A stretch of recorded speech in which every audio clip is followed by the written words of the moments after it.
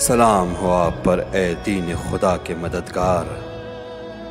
اس سے کوئی فرق نہیں پڑتا کہ وصیت آپ کے کان تک پہنچی ہو یا نہ پہنچی ہو، اگرچہ میری نظر میں اس کی کوئی ضرورت بھی نہیں ہے کہ وصیت زبان پر آئے یا نہ آئے،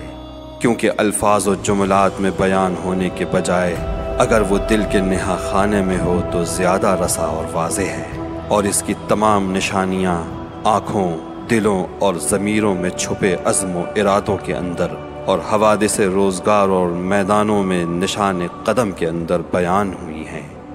یہ ایک ایسی وصیت ہے جو انتہائی معتمد اور مخصوص عنایت والے شخص کے لیے تیار کی گئی ہے،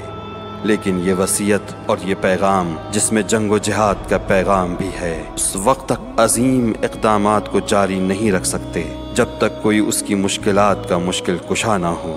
جو اس کی راہ کو درست کرے، اور وہ شخص آپ ہی ہیں اے امام حسن مجتبیٰ۔ درود و سلام ہو آپ پر اے دین خدا کے مددگار۔